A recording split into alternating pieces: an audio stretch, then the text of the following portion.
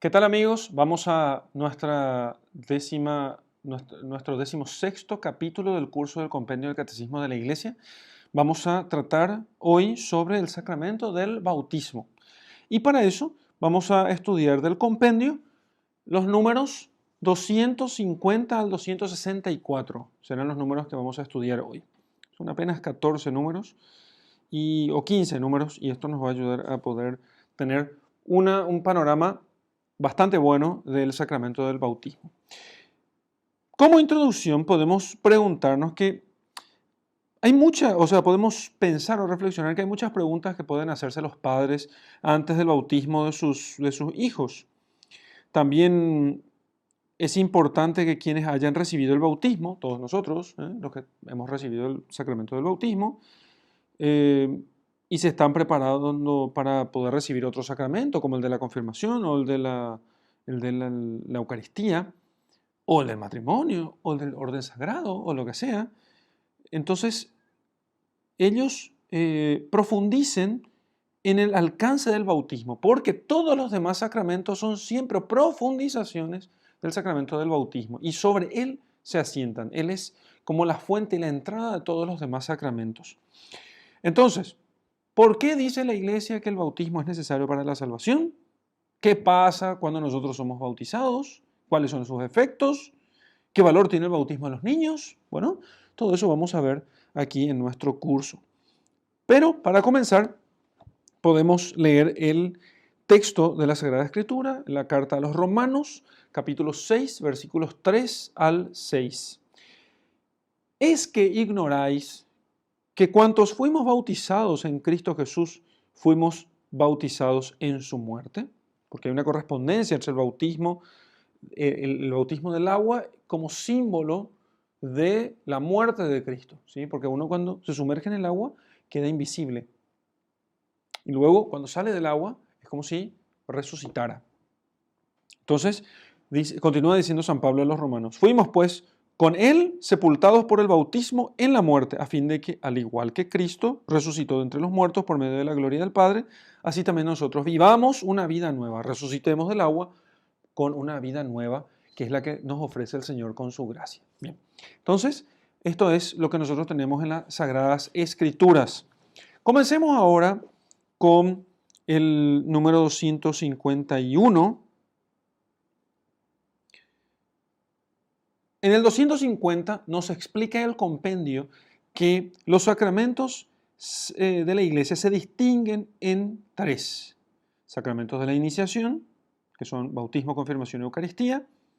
Sacramentos de la curación, que son penitencia y unción de los enfermos.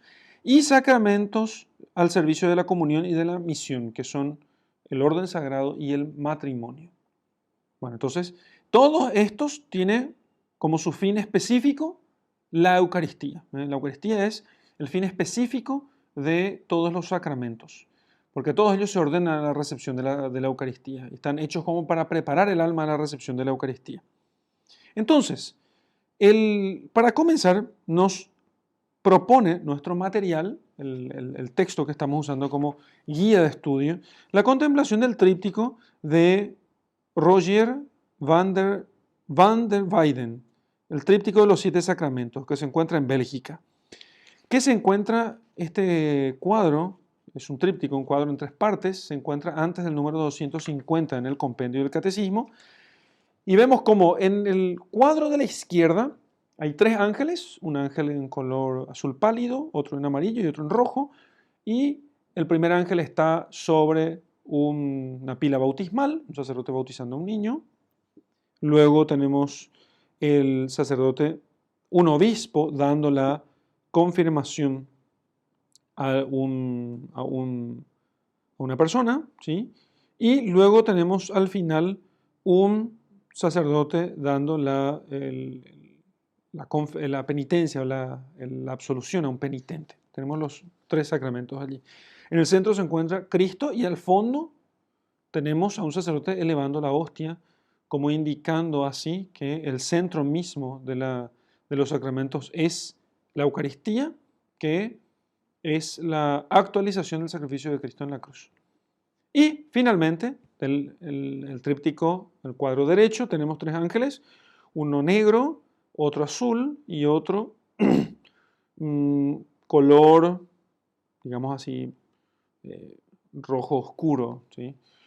Entonces tenemos el negro está sobre el sacramento de la unción de los enfermos, el azul está sobre el sacramento del matrimonio y el último ángel se encuentra sobre el sacramento del orden sagrado. Muy bien.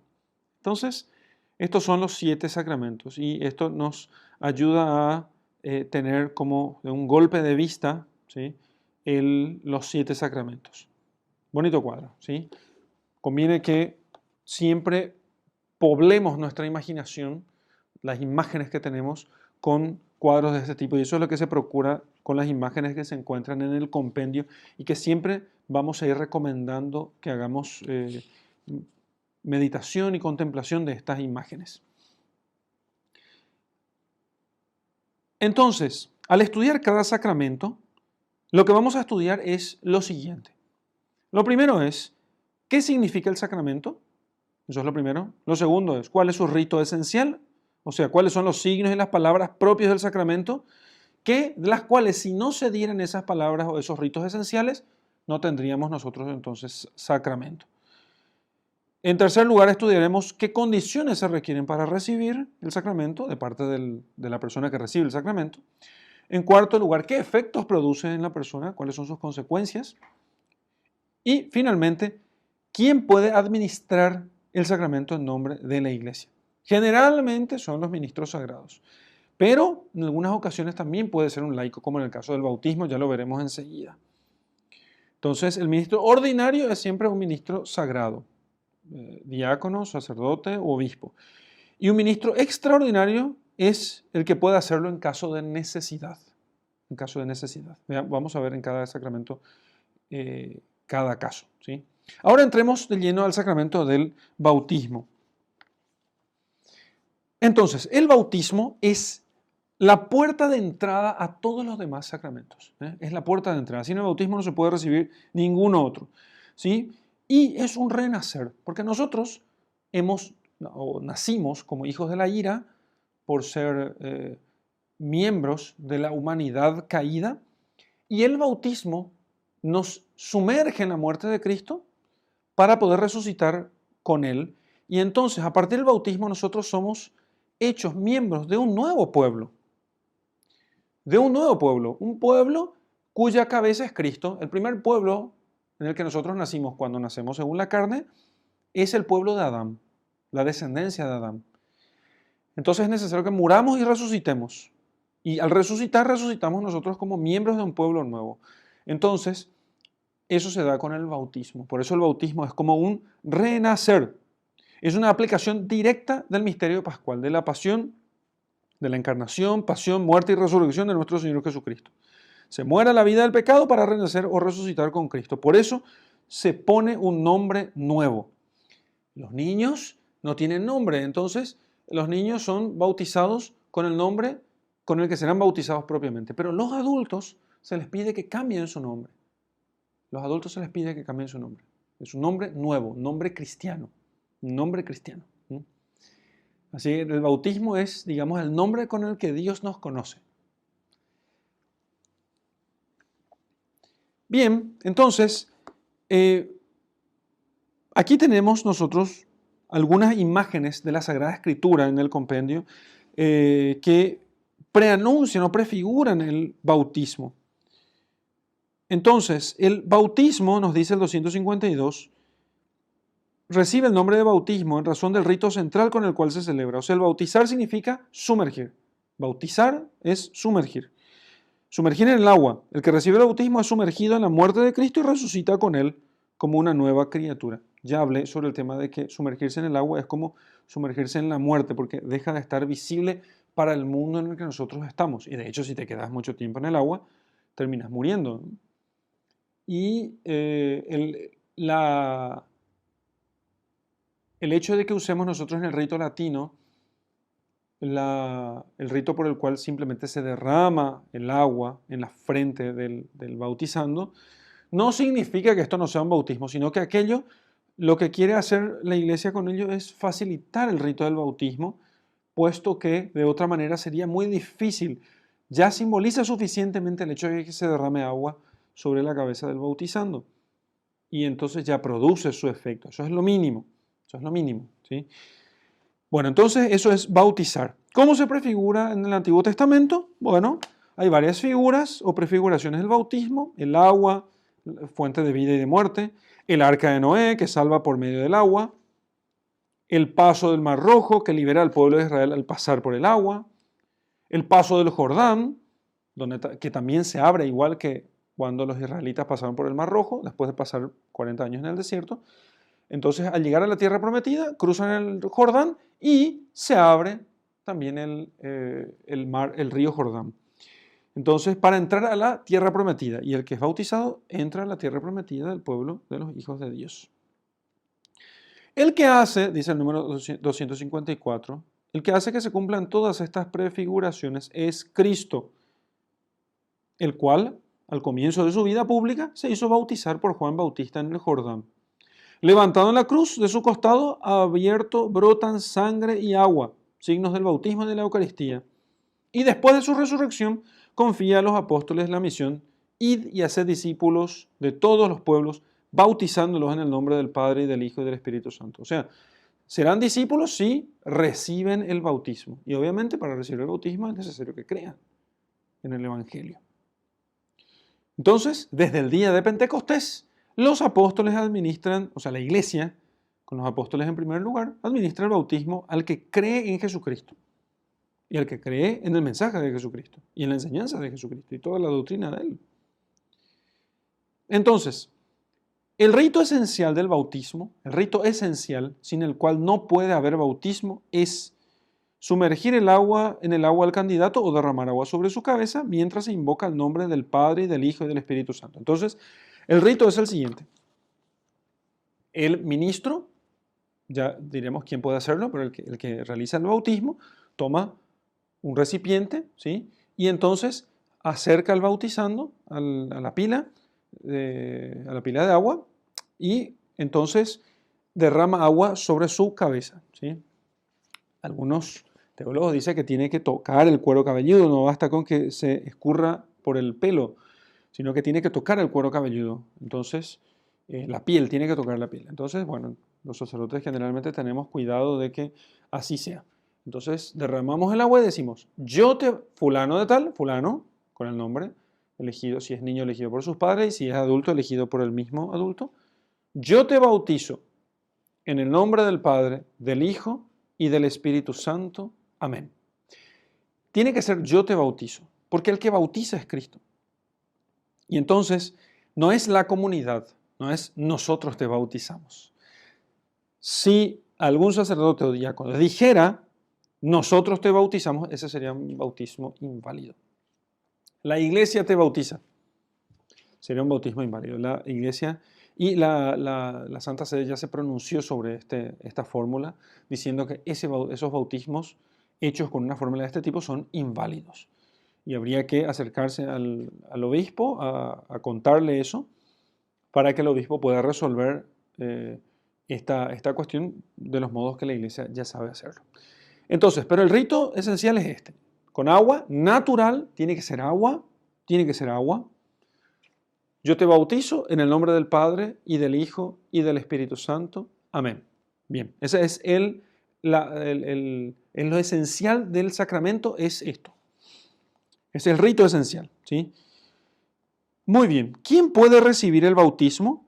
Cualquier persona que no esté aún bautizada. ¿Cuál es la condición? Creer en Jesucristo. Creer en Jesucristo, que Jesucristo es el Hijo de Dios, con todas sus implicancias. No hace falta que el bautizando sea doctor en teología. Hace falta simplemente que conozca lo básico de la doctrina y que esté dispuesto a aceptar todo lo que la iglesia le enseñe en lo posterior, porque puede que no entienda muchas cosas, pero si acepta la fe que la iglesia predica, entonces puede recibir el bautismo, para que no pensemos que tiene que ser un doctor en teología para poder recibir el bautismo. Entonces, por eso, cuando la iglesia bautiza a los niños porque ellos han nacido en el pecado original y necesitan ser liberados del poder del maligno y trasladados al reino de la libertad de los hijos de Dios. De hecho, el efecto del bautismo es borrar la mancha del pecado original y hacer hijos de Dios. Hacer hijos de Dios. Entonces, ¿cómo es bautizado un niño? Es bautizado en la fe de sus padres y de sus padrinos.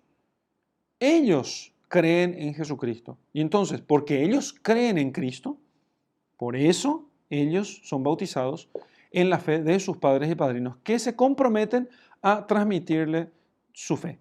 ¿Eso es posible? Por supuesto. Estamos hace siglos con una fe transmitida por nuestros padres, con la tradición en el buen sentido, porque el término tradición está tan vilipendiado hoy en día que a veces pensamos que la tradición son tradiciones de hombres y qué sé yo, y cosas, tonterías de ese tipo.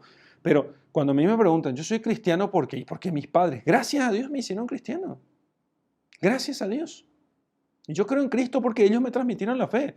Y menos mal, porque si no, de grande hubiera sido mucho más difícil. Mucho más difícil.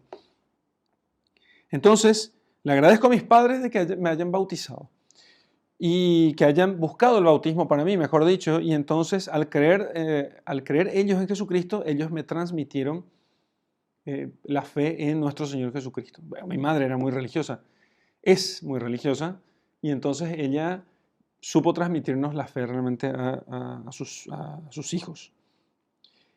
Ahora, ¿qué se requiere para ser bautizado? A todo aquel que será bautizado se le exige la profesión de fe, o sea, que profese la fe, que diga, creo en Dios Padre Todopoderoso, Creador del cielo y de la tierra, y en Jesucristo su único Hijo nuestro Señor, etc. O sea, el credo. Eso que nosotros estudiamos en la primera parte del curso de catecismo, eso es lo que se le pide que crea. Ya sea directamente si es un adulto o por medio de otros, por medio de sus padres y padrinos, y de la iglesia en el caso de un niño. Así que el padrino y la madrina y toda la comunidad de la iglesia tienen también una parte de responsabilidad en la preparación al bautismo de los catecúmenos, de los adultos que se preparan para poder recibir el bautismo. Padrinos, padrino o madrina, el padrino o la madrina y la iglesia tienen responsabilidad en la preparación del catecúmeno, que es el adulto que se prepara a recibir el bautismo. Los padres son los que tienen responsabilidad con los hijos. Se agrega con los niños. Se agrega el tema de los padrinos para que ellos puedan cooperar con los padres en la educación de sus hijos. Los padrinos no son esencialmente necesarios para los niños. ¿Sí? Podría bautizarse por necesidad pastoral a niños sin padrinos. Los párrocos saben bien de esto. Entonces, ahora entramos en la cuestión de quién puede bautizar. Siempre en todo sacramento se distingue el ministro ordinario del bautismo y el ministro extraordinario. Entonces, el ministro ordinario del bautismo es el obispo y el presbítero. Y en la iglesia latina también el diácono. O sea, en nuestra iglesia de rito latino es también el diácono. Entonces, ministros ordinarios, obispo, presbítero, sacerdote y diácono. En caso de necesidad, por ejemplo, un niño que está muy enfermo, gravemente enfermo, y hay peligro de que muera sin recibir el bautismo, cualquier persona puede bautizar. Y cuando decimos aquí cualquier persona, decimos cualquier persona, inclusive un no cristiano. ¿Sí? Entonces, con tal que quiera hacer, tenga la intención de hacer lo que hace la iglesia. Cualquier persona. O sea, por ejemplo, qué sé yo. Hola, padre, yo soy musulmán. Soy musulmán y quiero que mi hijo sea cristiano, porque yo estoy formándome para la fe cristiana y compañía, estoy estudiando, soy de familia musulmana, pero todavía no recibí el bautismo y mi hijo se está muriendo. O sea, una persona todavía no cristiana. Qué sé yo, mi esposa es cristiana. Y entonces mi hijo se está muriendo y quiero que muera cristiano. ¿Qué puedo hacer, padre? Muy bien. Entonces, ¿tenés la intención de hacer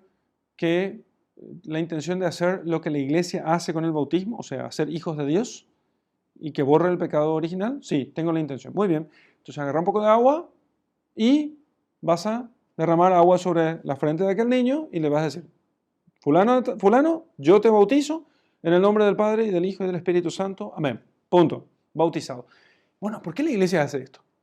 La iglesia permite esto en caso de necesidad, que cualquier laico, persona que no sea sacerdote, diácono u obispo, inclusive si no es cristiano, haga eso porque es un sacramento tan necesario que no quiere que sus hijos, que nadie en el mundo salga de este mundo sin tener la oportunidad más mínima, más pequeña de salvarse gracias al bautismo.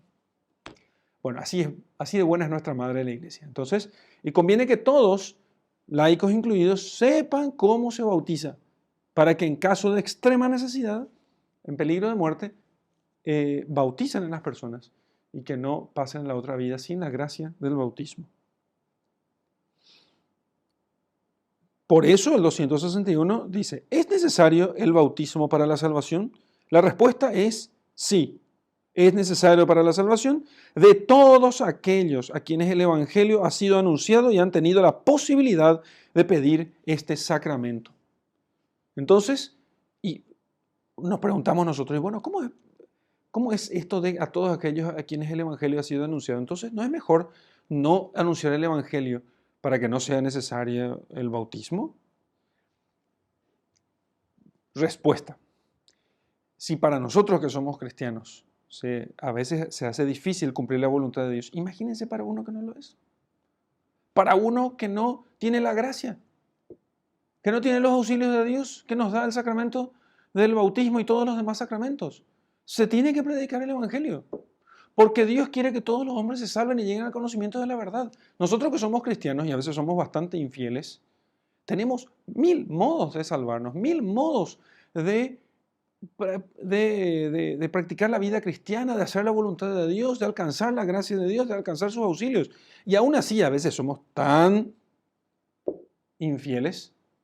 Imagínense uno que no tiene todos esos medios. Entonces, sí hay que predicar y hay que predicar la necesidad del bautismo para que las personas tengan los auxilios de Dios.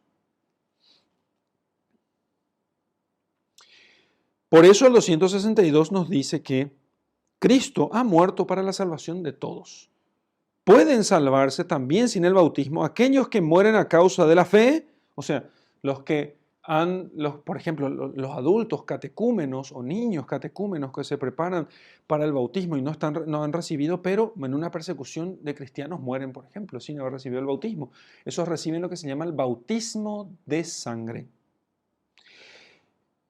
Entonces, pero si por ahí algún catecúmeno o aquel que bajo el impulso de la gracia no conoció a Cristo y a la iglesia, pero busca sinceramente a Dios y se esfuerza para cumplir su voluntad.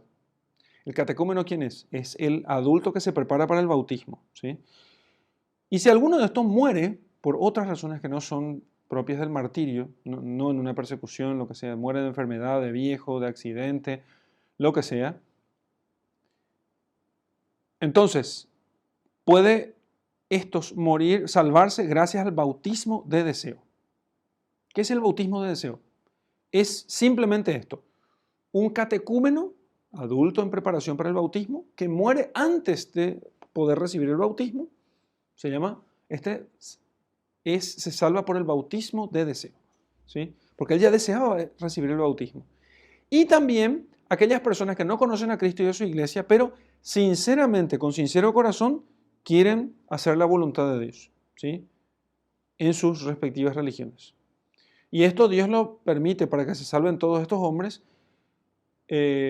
porque son como miembros de corazón de la iglesia, aunque no lo sepan, porque quieren hacer la voluntad de Dios y porque como la iglesia es voluntad de Dios.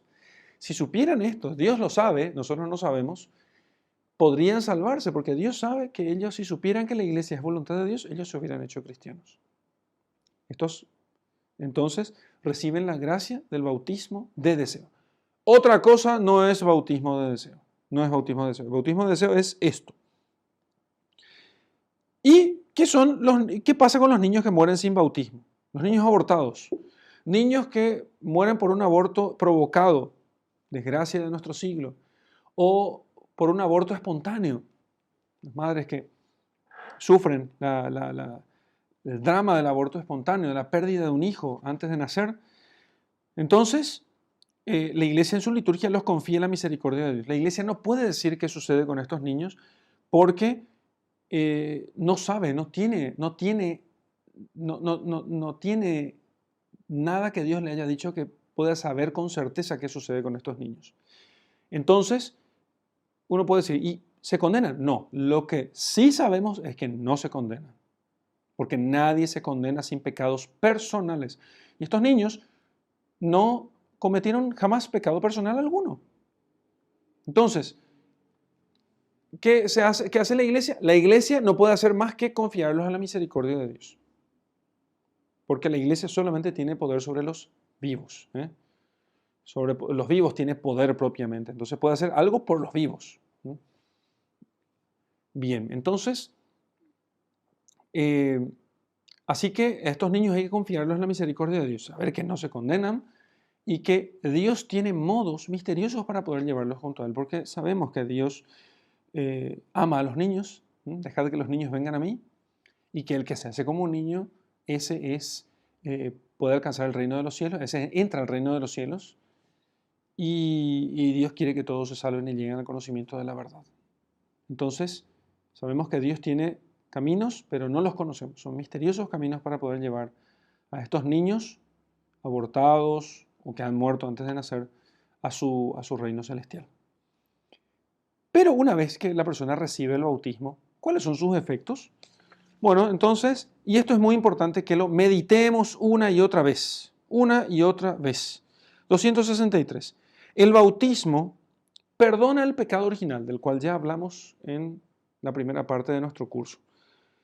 Perdona además todos los pecados personales. Por eso el adulto que se recibirá el bautismo no necesita confesarse antes. También perdona todas las penas debidas al pecado, ¿sí?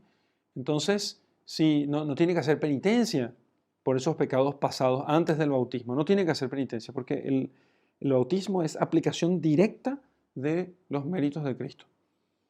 Hace participar de la vida divina trinitaria mediante la gracia santificante. O sea que en el bautizado, Dios pasa a vivir en su alma. Eso es lo que simboliza la vela que se enciende del cirio, porque el cirio representa a Cristo y la vela es el bautizado. Por eso después del bautismo se enciende la vela. Ahora, esa luz de Cristo ahora está en él también.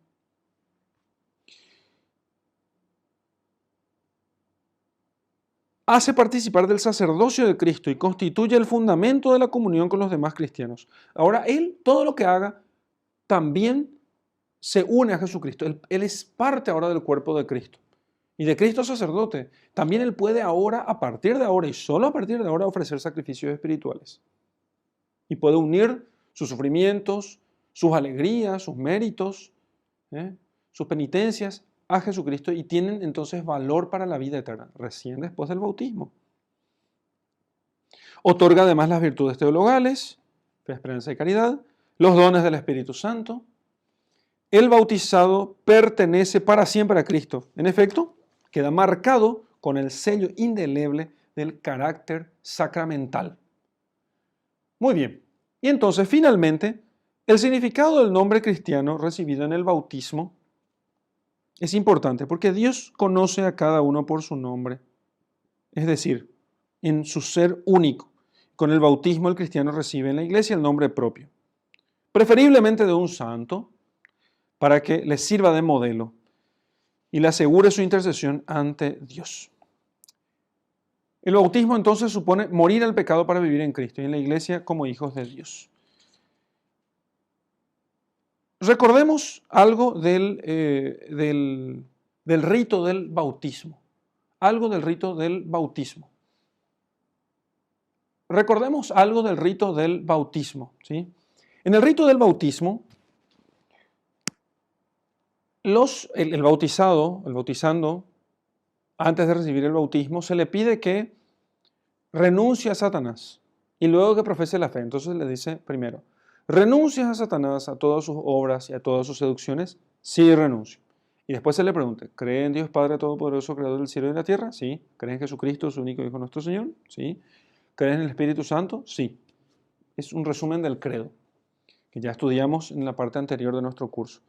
Entonces, eso supone realmente que el bautizado renuncia a las tentaciones del mundo para hacerse hijo de Dios y para vivir como Cristo nos ha enseñado. Así que eso es lo que prometen los padres y los padrinos en nombre del niño, para que le enseñen a él a vivir renunciando a Satanás, a sus obras y a sus seducciones, y creyendo en Dios Padre, Hijo y Espíritu Santo. Así que esa es el significado propiamente del bautismo, es que el bautizado vive ahora para Dios. Fíjense qué cosa importante esto y a la cual generalmente les damos muy poca importancia.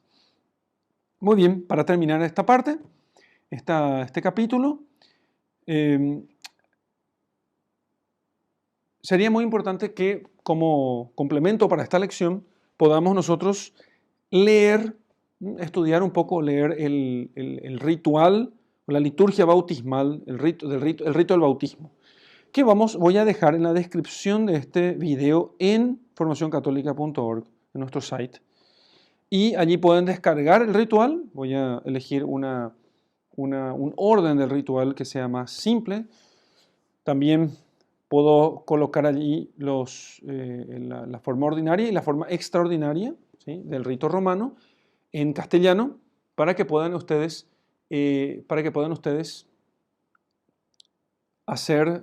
puedan leer y comparar ambas cosas y puedan en sus ceremonias entender más profundamente el sentido de este rito del bautismo, ¿sí? Además, sería conveniente leer del Evangelio de San Juan 3 textos de la Escritura, ¿sí? 3 textos del Evangelio de San Juan que hablan sobre el bautismo. Esos textos van a encontrar ustedes aquí en la explicación de esta clase. Y finalmente, quisiera darte la tarea de que vayas a averiguar cuál es la fecha de tu bautismo, para que en ese día puedas, por ejemplo, hacer la renovación de tus promesas bautismales, vas a rezar el credo, y si es posible puedas algún día visitar la pila bautismal donde fuiste bautizado y le pidas a Dios allí la gracia de conservar siempre la fe. Muy bien, para terminar, vamos a rezar del apéndice oracional el acto de caridad. En el nombre del Padre, del Hijo y del Espíritu Santo. Amén. Dios mío, te amo sobre todas las cosas y al prójimo por ti, porque tú eres el infinito, sumo y perfecto bien, digno de todo amor. En esta caridad quiero vivir y morir. Y te dejo con la bendición de Dios Todopoderoso, Padre, Hijo y Espíritu Santo. Amén.